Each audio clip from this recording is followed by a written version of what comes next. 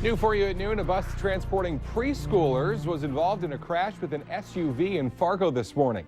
Hi, everyone, and thank you so much for joining us. I'm Kyle Bosch. It happened about 8:30 at the intersection of 17th Avenue and 13th and a half Street in South Fargo. Police say the bus driver initially stopped at the intersection, but didn't see the SUV when trying to go through it. Now, the 6 preschool students who were on the bus were not hurt, and another bus came to pick them up to take them to class. 2 kids and an adult in the SUV also escaped injury. Both vehicles had to be towed from the scene. The bus driver was cited for failing to yield. Also new for you at noon, everyone escaped injury in a multi-car crash in North Fargo this morning. It did, however, tie up traffic for a time on the busy 12th Avenue North Bridge west of NDSU.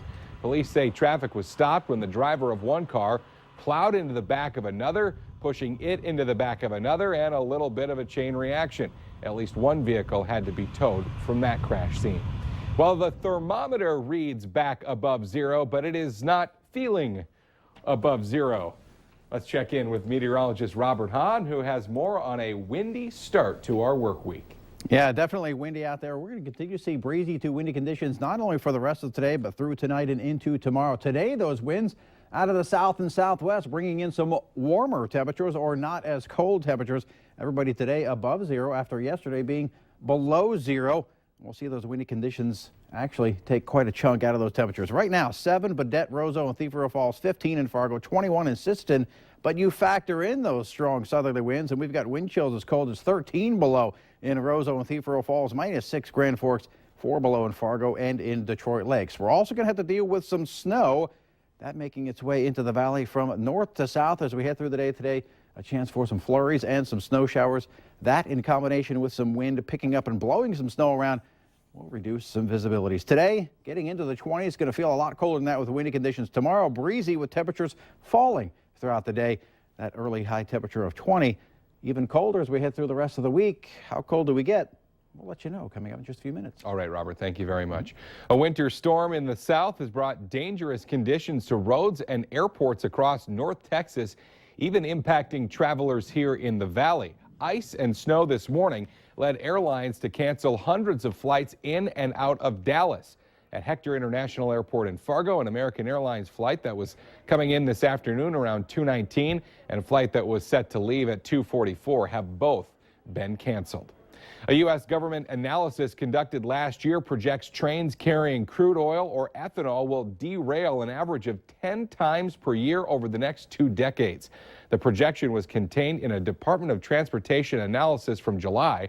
KFGO News is reporting that the derailments could cause more than $4 billion in damage and possibly kill hundreds of people if a serious crash were to happen in a densely populated area. Fergus Falls should be back to full strength with its water service by later today after a broken pipe shut off water to half the city over the weekend. Now, a boil order does remain in place for the Hilltop community in Fergus Falls. That lasts until about 1 this afternoon. The city administrator says they did find the source of the water leak last night. They think it might be weather related, but they are still trying to figure out an exact cause of the problem.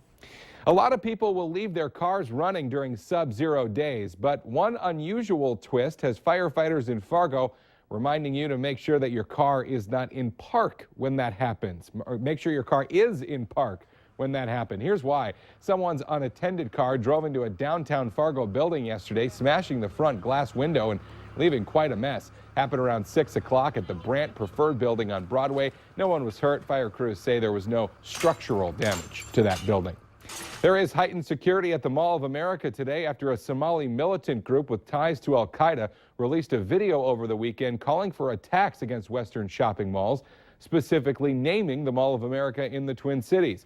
Now, police and the FBI did issue a joint statement last night calling the Mall of America a, quote, very safe place. They also say there has been no specific credible plot against that mall or any other shopping center in the U.S. Mall of America officials say they are implementing some additional security measures. Some will be covert, others will be visible. They are also calling for extra vigilance from the public.